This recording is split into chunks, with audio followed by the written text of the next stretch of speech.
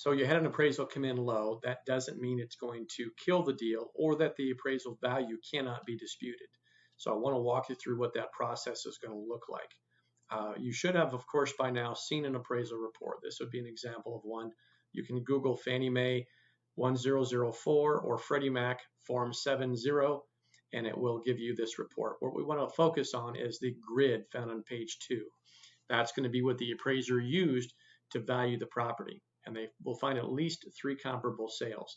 But what you want to do to dispute the valuation or to begin that process is, first of all, reach out to the lender and ask them if they have a specific appraisal dispute process.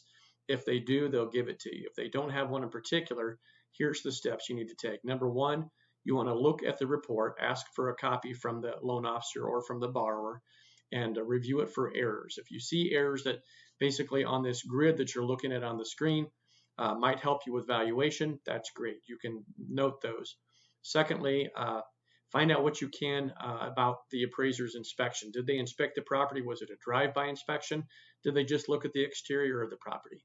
In the event you know there to be amenities that maybe weren't considered, you want to make sure they're aware of those. Also find out if the appraiser lives in the area and how familiar they are with the area. Certainly you want to point out upgrades as well as improvements or additions that were made that maybe the appraiser isn't aware of if they didn't physically inspect the property.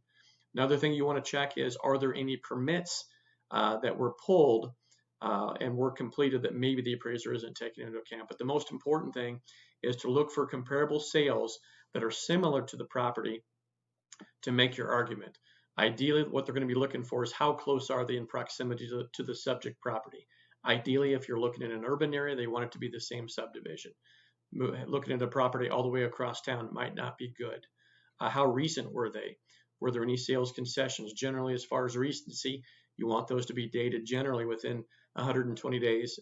If we're in a market where we don't see a lot of sales, that can go longer, but generally 120 days is a good indicator. The site square footage, property square footage, design, style, all those sorts of things. Grid these out for the properties that you find and compare the subject property to the one that you are selling or involved in the transaction with to make the argument. It's not just good enough to say, hey, this is a really nice property in good condition.